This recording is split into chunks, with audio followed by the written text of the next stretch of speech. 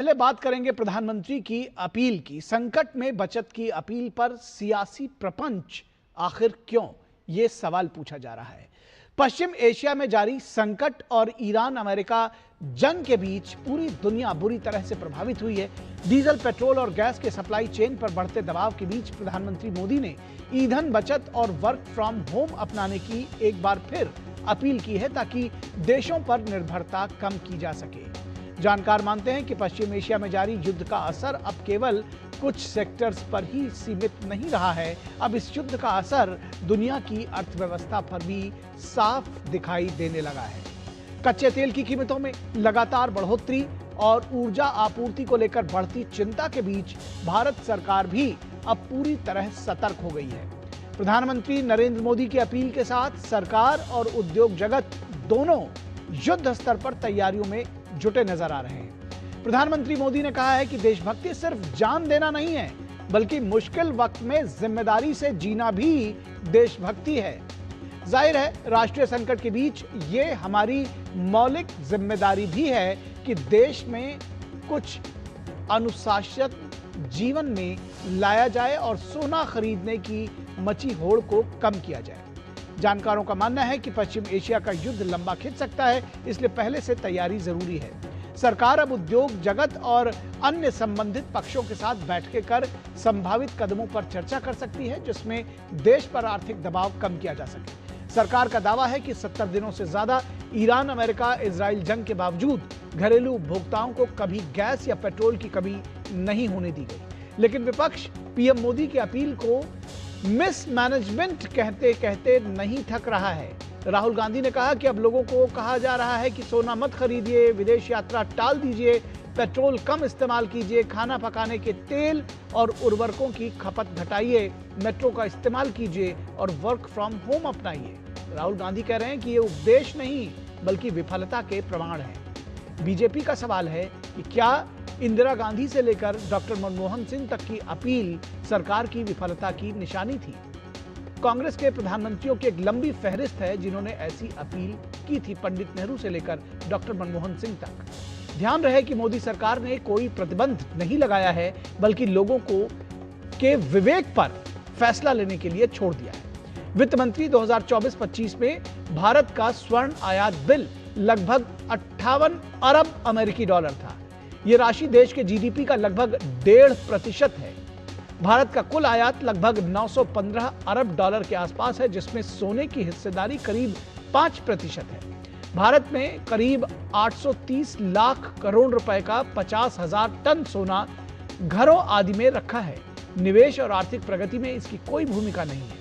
2025-26 में लगभग 71.98 अरब डॉलर, करीब 6.4 लाख करोड़ रुपए का सोना आयात किया गया। सालाना देश में करीब 700 से 800 टन सोना इंपोर्ट होता है। अंतर्राष्ट्रीय बाजार में सोने की कीमत 2025 में करीब 60% तक उछली। अभी तक 1 किलो सोने की कीमत करीब 1.52 लाख डॉलर है। आप खुद अंदाजा लगा सकते हैं कि अमेरिकी डॉलर के मुकाबले रिकॉर्ड निचले स्तर पर 95.50 पर रुपया पहुंच गया है। इस हालत में विदेशी मुद्रा भंडार पर कितना दबाव पड़ता होगा। जब तेल और सोना बहुत महंगा हो जाता है तो देश में आने वाले डॉलर्स की तुलना में देश से बाहर जाने वाले डॉलर की जो संख्या है वो अधिक हो जाती है, उसकी मात्रा अधिक बढ़ जाती है। इसमें करंट अकाउंट का घाटा इसके चलते बढ़ जाता है। यूपीए के दौर में भी सोना न खरीदने की बार बार अपील की गई थी। बाद में बॉन्ड भी जारी करना पड़ा था ताकि लोग सोना खरीदने की लालच से बच सके। राष्ट्रपति ट्रंप ने ईरान के शांति प्रस्ताव को लगभग खारिज कर दिया है। अंतर्राष्ट्रीय बाजार में कच्चे तेल की कीमतों में तेज उछाल आया है। क्रूड की कीमत $103 प्रति बैरल के पार पहुंच गई है, जबकि युद्ध शुरू होने से पहले यह करीब $72 थी। अगर तेल की कीमतों में $10 प्रति बैरल की बढ़ोतरी लंबे समय तक बनी रही तो भारत का आयात बिल 13 से 14 अरब डॉलर तक बढ़ सकता है। इससे महंगाई और सरकारी खर्च दोनों पर दबाव बढ़ेगा। जाहिर है, पीएम मोदी ने आसन्न संकट को विकराल होने से पहले लोगों से राष्ट्रहित में बचत करने की सलाह दी है, लेकिन सियासतदानों ने आपदा के लिए अवसर तलाशा है।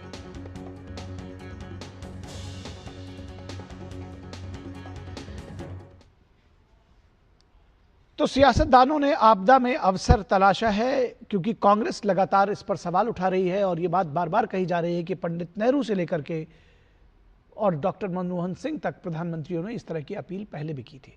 प्रधानमंत्री ने क्या कुछ अपील की? प्रधानमंत्री ने देशवासियों से कुछ अहम अपील की, आइए सुनते हैं। अन्य बड़े संकट से गुजरा है, सरकार की अपील, और उस अपील पर हर नागरिक ने ऐसे ही अपना दायित्व निभाया है। आज भी जरूरत है कि हम सब मिलकर अपना दायित्व निभाएं, देश के संसाधनों पर पड़ने वाले बोझ को कम करें। आप भी जानते हैं कि भारत कितने ही उत्पादों को मंगाने के लिए लाखों करोड़ रुपए की विदेशी मुद्रा खर्च करता है। इसी समय विदेश से आने वाले उत्पादों की कीमतें भी आसमान छू रही है और सप्लाई चेन भी पूरी तरह तहस नहस हो चुकी है। और इसलिए देश पर यह दोहरा संकट है। जैसे बूंद बूंद से घड़ा भरता है, वैसे ही हमें हर छोटे बड़े प्रयास से ऐसे उत्पादों का उपयोग कम करना है जो विदेश से आते हैं, और ऐसे व्यक्तिगत कामों से भी बचना है जिसमें विदेशी मुद्रा खर्च होती है। और अब आपको सुनवा रहे हैं, इससे पहले डॉक्टर मनमोहन सिंह सरकार भी जनता से कुछ इसी तरह की अपील किया करती थी। आइए आपको दिखाते हैं। There has been a deterioration mainly on account of huge imports of gold, higher costs of crude oil imports, and recently of coal. On the export side, weak demand in our major markets has kept our exports from growing. Exports have been further hit by a collapse in iron ore exports. और कांग्रेस नेता पवन खेड़ा का कहना है कि PM Modi जब भी मुंह खोलते हैं कुछ ना कुछ मांगते हैं। चुनाव से पहले वोट मांग रहे थे, अब त्याग की अपील कर रहे हैं। तो इस तरह की जो जिसको कहते हैं एक बड़े निचले स्तर की भाषा शैली के साथ में कांग्रेस इस पूरे मुद्दे पर हमलावर है।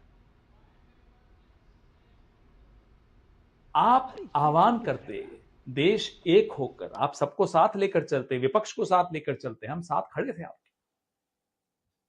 लेकिन नहीं, आप जब मुंह खोलते हैं देश से कुछ मांगते हैं। चुनाव से पहले वोट और चुनाव के बाद त्याग, सारा त्याग देश करेगा। प्रधानमंत्री जी, आप क्या करेंगे? और सूचना और प्रसारण मंत्री अश्विनी वैष्णव ने भी इस तरह की अपील लोगों से की है। क्या कुछ कहा उन्होंने, आइए आपको सुनाते हैं। Honorable Prime Minister Shri Narendra Modi ji yesterday gave a very clarion call to the entire country. We are living in very turbulent times. For no fault of ours, for a war which is there between two different countries in our neighborhood, the entire world is getting affected by it. And of course we are also affected by it, because we have a large energy import infrastructure which has to be met through our foreign currency reserves.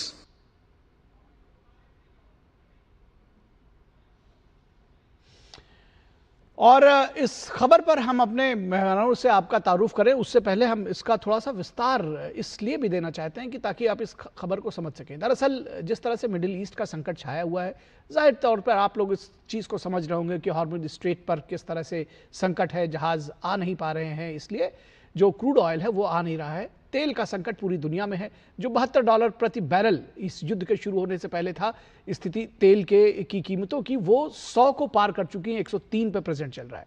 लेकिन अब यहां पर प्रधानमंत्री ने समय रहते ये एक अपील की है कि देश के लोग इन चीज़ों पर मदद करें और देशभक्ति सिर्फ जान देना ही नहीं है, बल्कि अगर मितव्ययिता जैसे अगर कोई कार्यक्रम है तो उसमें देश के लोगों को आगे आना चाहिए। पेट्रोल डीजल की बात वो बचाने की बात कर रहे थे, लेकिन कांग्रेस इस पूरे मुद्दे पर हमलावर है। उसका कहना है ये पार्टी की, दरअसल सरकार की विफलता है। किस तरह से है वो ये खुद बताएंगे, लेकिन इस पूरे मुद्दे पर बातचीत करने के लिए हमारे साथ खास मेहमान जुड़े हुए हैं, उनसे आपका परिचय करा दें। हमारे साथ अनिला सिंह जो कि प्रवक्ता हैं बीजेपी की जुड़ी हुई। अनिला सिंह जी, बहुत स्वागत है आपका।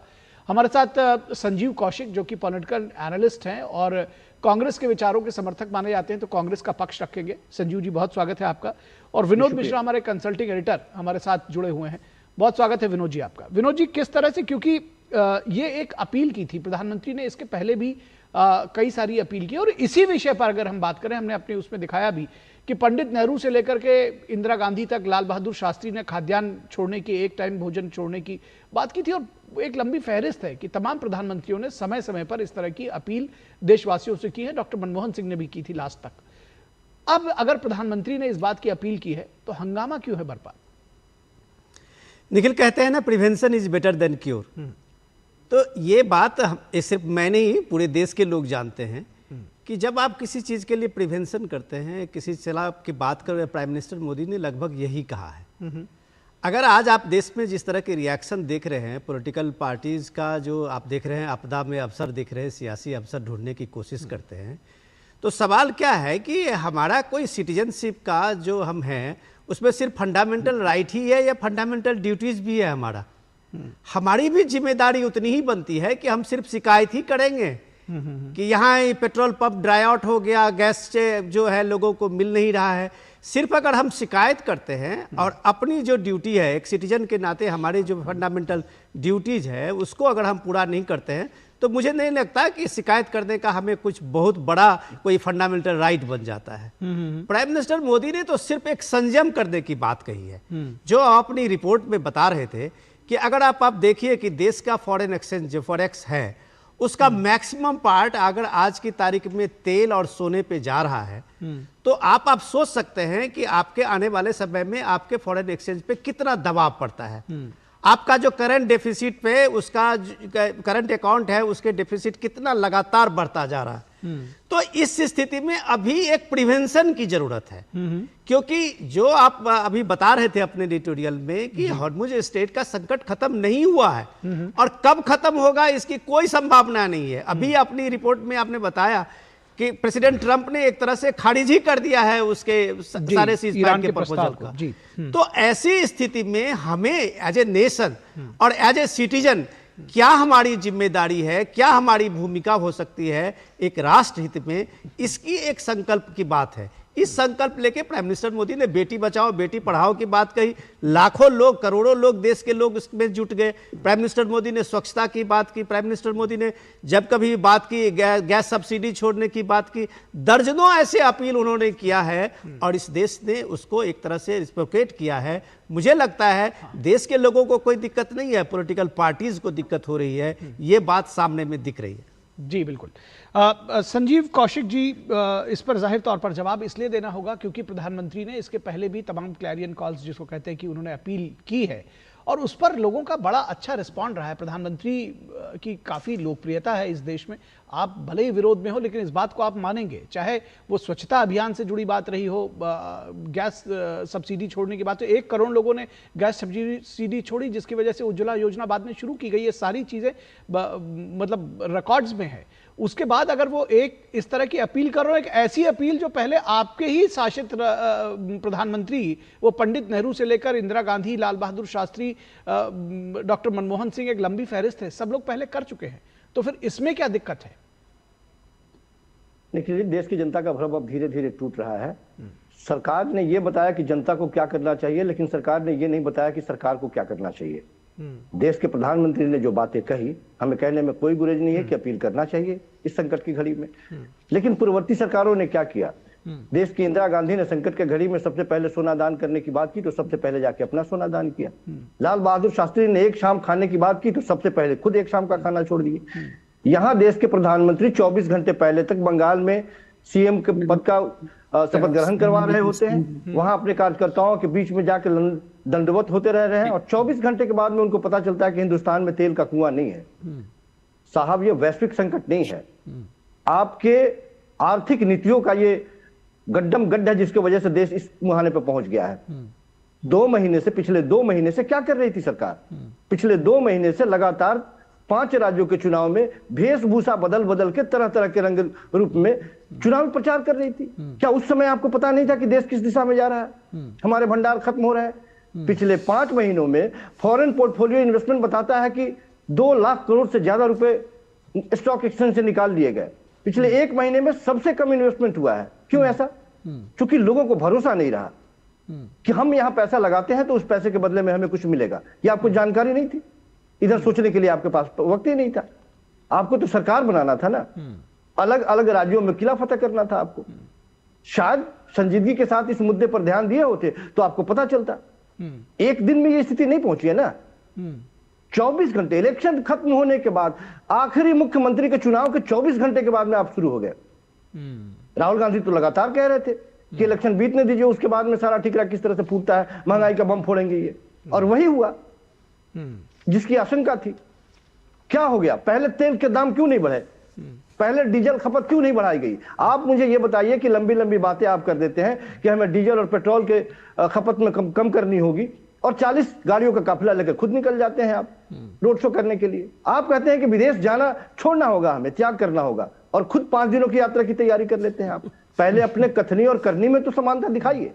देश की जनता तो आपको देखेगी ना, पहले घर के गार्जियन को देखेगी कि वो किस रंग में रंगता हुआ दिखाई दे रहा है। उसके बाद पीछे पीछे चलेगा वो, लेकिन कहीं कुछ दिखाई नहीं दे रहा है। चलिए ठीक है, कह रहे हैं कि बड़ी आसानी से आपने कह दिया कि सोने की खरीदारी नहीं करें। आपको पता है कि सोने की खरीदारी नहीं करने से हिंदुस्तान में कितने कारीगरों के ऊपर फर्क पड़ने वाला है? 1 करोड़ से ज्यादा कारीगर हैंड टू माउथ पहुंच जाने वाले हैं।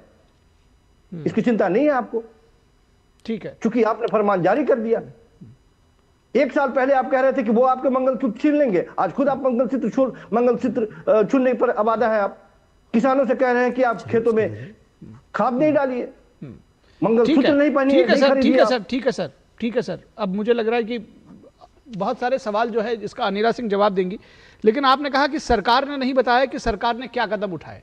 इंटर मिनिस्ट्रियल प्रेस कॉन्फ्रेंस होती है सर, उसको देखा करिए। अभी तो हफ्ते में 3 दिन होने लग गई है, उसके पहले लगातार रोज हो रही थी, उसको आप देखते। मैं इसका जवाब देने वाला नहीं हूं, अनिला सिंह देगी, लेकिन उसके बावजूद मुझे लग रहा है कि ये सारी चीजें, चूंकि आप एक जनसभा संबोधन की तरह आपने शुरू किया, ठीक है, आप अपनी पार्टी का पक्ष रख रहे हैं, लेकिन आपने कहा कि सरकार ने नहीं बताया। सरकार ने क्या क्या कदम उठाए? और अभी तक डीजल पेट्रोल की कीमतें बढ़ी नहीं है सर, ना ही गैस की कीमतें बढ़ी हैं। उसके अलावा आपने कहा यह वैश्विक संकट नहीं है।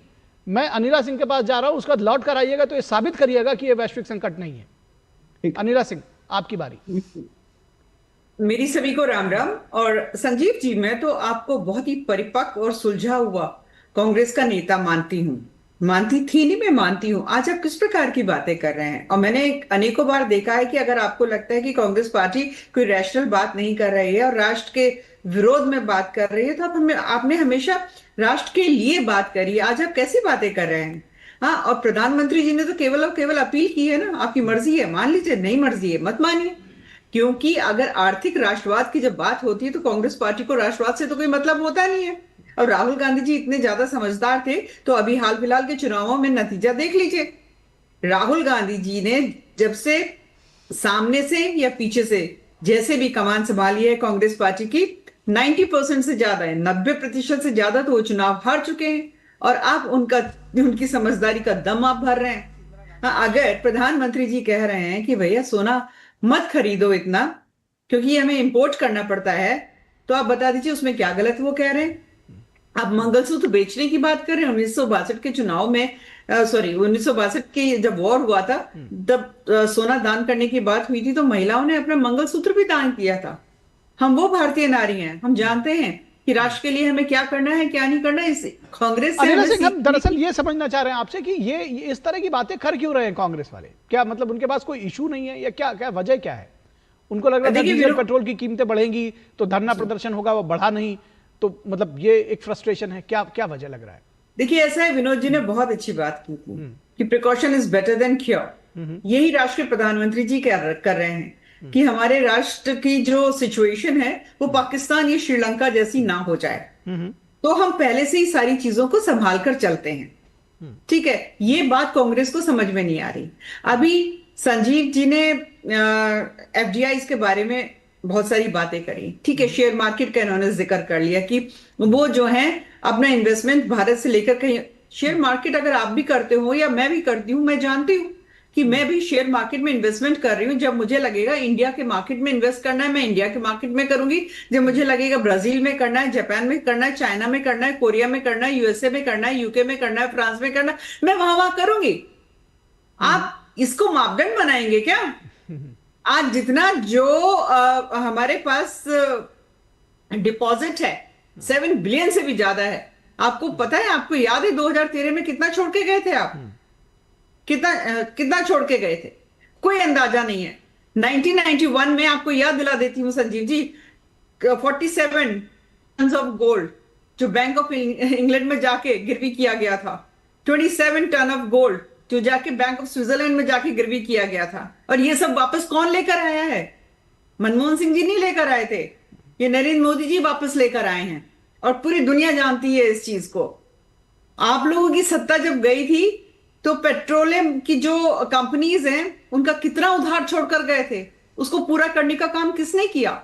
नरेंद्र मोदी जी की सरकार ने किया। खैर, मैं इन सब चीजों में नहीं जाना चाहती हूं। मैं केवल यही अपील कर सकती हूं एक नागरिक होने के नाते, कि पूरा विश्व आज जो युद्ध की विभीषिका में जल रहा है, जो सो कॉल्ड डेवलप्ड कंट्रीज हैं, चाहे वो नंबर 1, नंबर 2, नंबर 3 पे आते हैं, हम तो चौथे नंबर पे आते हैं, सबने यही अपील करी है। भारत अनोखा नहीं है। और आप लोग किस प्रकार के राष्ट्र के नागरिक हैं? आप लोग अपने भारत के ऊपर ही प्रहार कर रहे हैं। ये तो ठीक नहीं लगता ना, ये तो चरित्र दिखाई देता है। ठीक है, मैं तो कहती हूँ, चुनौती देती हूँ। आप मुझे बता दीजिए कि कितना सोना हर साल हमारे यहाँ इंपोर्ट होता है। हाँ, कितना जो हम लोग सब्सिडी दे देते हैं जो केमिकल फर्टिलाइजर है, क्योंकि केमिकल फर्टिलाइजर की जो इंडस्ट्रीज थी सिस्टमैटिकली इन लोगों ने पूरे भारत में बंद कर दी थी, क्योंकि इनका कमीशन चलता था बाहर से इंपोर्ट करने में। अब वो धीरे धीरे रिवाइव हो रही है, मेरे उत्तर प्रदेश में भी रिवाइव हो रही है। ठीक है, तो अगर ये लोग इंपोर्टेड इन्फ्लेशन के बारे में नहीं समझ रखते हैं तो उसकी मजबूरी प्रधानमंत्री जी नहीं है। प्रधानमंत्री जी तो सीधे सीधे पूरे राष्ट्र की बात सोचेंगे, यहाँ के नागरिकों के भलाई के बारे में सोचेंगे, और वही कर रहे हैं।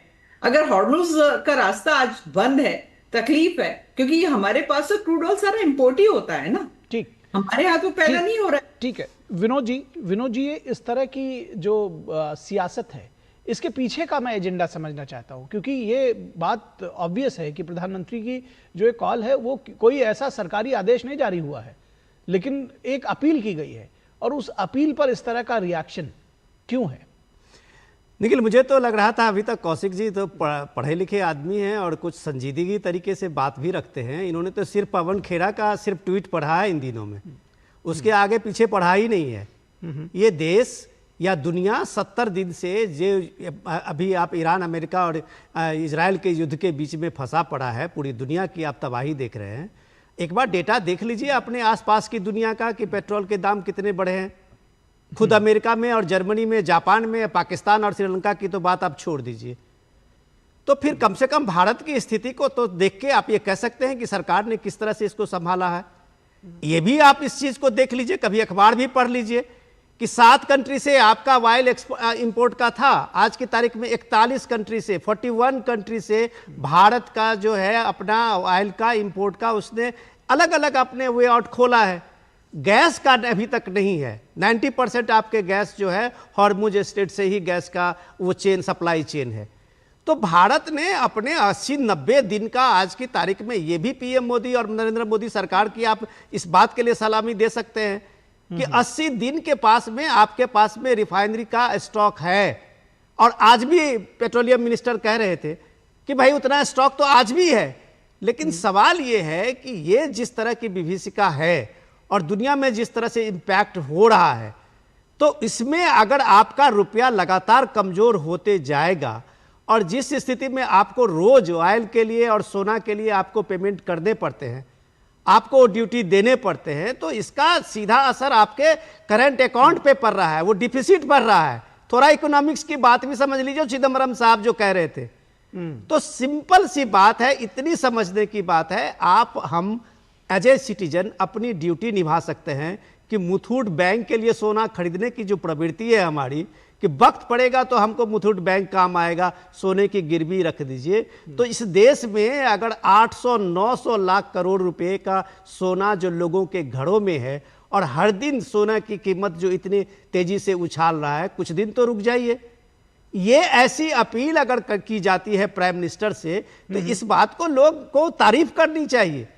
इस बात के बदले आप उसको सीधे इकोनॉमी से कहां से जोड़ रहे हैं। ठीक है, इसका मतलब है कि आप सरकार के इन प्रयासों को झुठला रहे हैं। ठीक है सर, मैं संजीव कौशिक जी से इसका जवाब लूंगा। संजीव कौशिक जी, आपको इसका जवाब देना होगा। ये भी बताइएगा कि ये आपने कहा था कि ये आर्थिक संकट जो है ये वैश्विक नहीं है, लेकिन इस पर आऊं इससे पहले मुझे कहा जा रहा है कि मैं एक ब्रेक के लिए जाऊंगा, तो आप सब हमारे साथ बने रहिए, दर्शकों आप भी बने रहिए। ब्रेक के बाद ये चर्चा जारी रहेगी।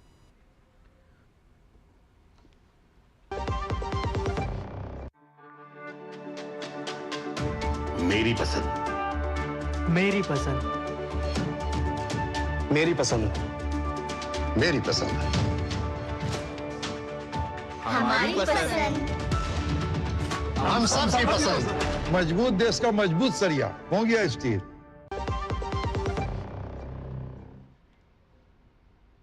स्वागत है आपका ब्रेक के बाद। संजीव कौशिक जी, मैं थोड़ा दुनिया में पेट्रोल की कीमतें रुपए में आपको बताना चाहता हूं, अपने दर्शकों को भी बताना चाहता हूं। हांगकांग में 280, आइसलैंड में 230, नीदरलैंड में 220, सिंगापुर में 210, यूनाइटेड किंगडम में 190, जर्मनी में 185, फ्रांस में 180। लंबी फहरिस्त है, टाइम वेस्ट होगा। ये संकट वैश्विक नहीं है, फिर भी आप कह रहे हैं। ये अचानक ब्रह्म ज्ञान इलेक्शन के बाद में पता चला है या पहले से पता चला है? नहीं, ये तो ठीक है। उस पर सवाल आप पूछ सकते हैं। आपने जो शुरुआती इसमें इंट्रोडक्टरी भाषण दिया उसमें कहा ये वैश्विक संकट नहीं है, सरकार के अपनी करनी का फल है, तो ऐसे कैसे कह सकते हैं सर? गीत गाया वो विनोद जी भी गीत गाएंगे और नीला जी निश्चित तौर पे भारतीय जनता पार्टी का पक्ष रख रहे हैं, प्रवक्ता है तो वो रखेंगे। अरे मैं तो सवाल पूछ रहा हूँ आपसे, आप इसका मतलब सुनिए सर, सुनिए। आपने मेरे ऊपर प्रश्न उठा लिया इसलिए मैं कह रहा हूँ। नहीं, आप सुन तो लीजिए, एक सेंटेंस सुन लीजिए सर, थोड़ा सा धैर्य रखिए। आपने कोई चीज ऐसी कही जो लगता है कि ऑन फेस ऑफ रिकॉर्ड सही नहीं है, तो क्या एज एन एंकर मैं आपसे सवाल ना पूछूं? आपको एक खुला मंच दे दूं कि ये आप एक जनसभा को संबोधित करेंगे। सर आपने कहा ये आर्थिक संकट नहीं है, ये दुनिया का आर्थिक संकट नहीं है, मैंने आपको एक लिस्ट दे दी, अब आप उसको साबित करिए। ठीक है, मैंने कहा कि क्यों नहीं पूछेंगे आप? निश्चित तौर पे आप पूछने के लिए बैठे हैं और हम जवाब देने के लिए आए हैं। हम अपने समझ से, हम तो सिर्फ ये कह रहे हैं कि नीला जी भी बता दें कि जिस समय भारतीय जनता पार्टी को सत्ता मिली थी उस समय देश पे कितना कर्ज था और आज के वक्त में कितना कर्ज है। हम तो ये भी पूछेंगे कि विनोद जी हमको ये बता दें कि ये ब्रह्म ज्ञान इलेक्शन के बाद मुख्यमंत्री के शपथ के बाद में ही पता चला या पहले? सारी खींच आपका इलेक्शन पे ही क्यों है कौशिक जी? इसलिए हार गए। अगर आप जीते होते तो शायद आपकी ये खींच नहीं होती। आप बार बार इलेक्शन कर रहे हैं। ये राष्ट्र का इलेक्शन जो है एक उत्सव होता है, आप उस उत्सव के बदले में रो रहे हैं। अगर आप जीते होते तो आप शायद ये बात नहीं कहते। आप इसलिए रो रहे हैं कि आज प्राइम मिनिस्टर मोदी असम होके आए हैं, कल वो बंगाल होके आए थे। देखिए ये चीजें से ना बू आ रही है आपकी जलन की। चलिए उनको बोलने तो दीजिए सर। ठीक है, मैं सिर्फ ये कह रहा हूं कि एक सरकार जब स्टेट वर्सेस केंद्र होने लगे और सत्ता जीतने की सबसे बड़ी हवस यदि किसी भी सरकार में घुस जाए तो वो सारी चीजों को दरकिनार करके सारी शक्तियां वहां पे नहीं कर। ये फिर आप ऐसी बात कर रहे हैं, आप ऐसी बात करेंगे कि मुझे इंटरप्ट करने पड़ेगा। सत्ता जीतने की हवस क्या होता है भाई? चुनाव लड़ रहे हैं, कौन हारने के लिए लड़ना चाहता है? ये कौन सी बात कर रहे हैं सर? मैं वही तो कह रहा हूं कि ये सारी चीजें आपको अभी याद आ रही हैं। यही बात तो लगातार विपक्ष के नेता कह रहे थे कि इलेक्शन बीत जाने दीजिए, इनको सारी बातें याद आएगी। इस बीते 2 महीने के बीच में यदि शायद आपने सुधि ली होती, देश की सुधि ली होती, तो इस स्थिति में हम नहीं खड़े होते, इससे बेहतर स्थिति में होते। अच्छा ठीक है, चलिए पहले किए होते। ये आह्वान जो आज आप कर रहे हैं, ये आह्वान 2 महीने पहले किए होते तो शायद बेहतर कंडीशन में हम होते। तो क्यों नहीं किया आपने? आपका ध्येय क्या था, उद्देश्य क्या था? आप केवल और केवल एक चुनाव की वजह से हिंदुस्तान की जनता को इस तरह से धोखे में रख रहे थे, झोंक रहे थे आप। ठीक है, जवाब ले ले सर, अनिला सिंह जी से इसका जवाब ले लेते हैं। लेकिन एक बात और भी है, मैं ये कह रहा हूं कि 2 महीने पहले करते तो क्या आप मान जाते? सच बताइएगा। मतलब आप नहीं, तब भी आप यही बात कहते, मुझे ऐसा लगता है। अनिला सिंह जवाब देंगी। आपको क्या लगता है? नहीं, ये बार-बार संजीव कौशिक जी ब्रह्म ज्ञान की बात कर रहे हैं। ठीक है ना, इनको पता नहीं अर्थव्यवस्था के बारे में या इकोनॉमी के बारे में कितनी समझ है कितनी नहीं समझ है, मुझे नहीं मालूम है। मैं खैर उसके ऊपर कोई टीका टिप्पणी भी नहीं करना चाहती हूँ, पर मैं इतना बताना चाहती हूँ कि अभी कह रहे हैं ना कितना खर्चा छोड़ के गए थे, क्या किया था। सबसे पहली बात तो आपको पता होना चाहिए कि दुनिया की सबसे बड़ी इकोनॉमी जो यूएसए की है उसके बारे में भी आप मालूम कर लीजिए। ठीक है, दूसरी बात यह है कि जब आप लोग छोड़कर गए थे तो हम 13 पायदान में हम 13वें नंबर पे थे इकोनॉमी में, आज हम 4थे नंबर पे हैं। क्या भारत ब्लैक लिस्टेड है आईएमएफ में या फिर ग्रे लिस्टेड है?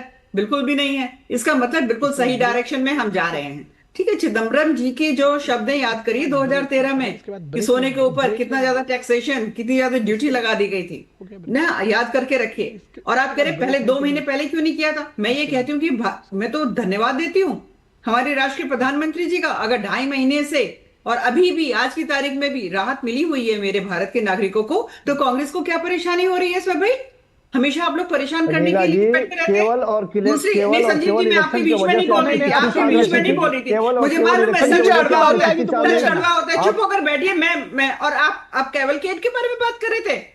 यहाँ तो बेटी को, बहन को, दामाद को पूरा कैवलकेड थमा कर दे दिया था। आप राष्ट्र के जो प्रधानमंत्री जी हैं जो जा रहे हैं विदेश यात्रा पे, आप उसकी तुलना क्या एक आम नागरिक से कर रहे हैं? हाँ, और आपके यहाँ तो पता नहीं दुनिया, मैंने बताया ना जीजा जी के पास भी पूरा की पूरी सुरक्षा दुनिया भर का कैबिनेट चलता था। जाओ उसमें, क्या कहा? मैं उसमें जाना नहीं चाह रही थी, पर जो आपने नहीं अब आप चुप होकर बैठिए और सुनिए मेरी बात। किस प्रकार से 1985-87 में याद करिए, चाइना और भारत हमारी जीडीपी ऑलमोस्ट सेम थी, पर कैपिटल जीडीपी भी ऑलमोस्ट सेम थी।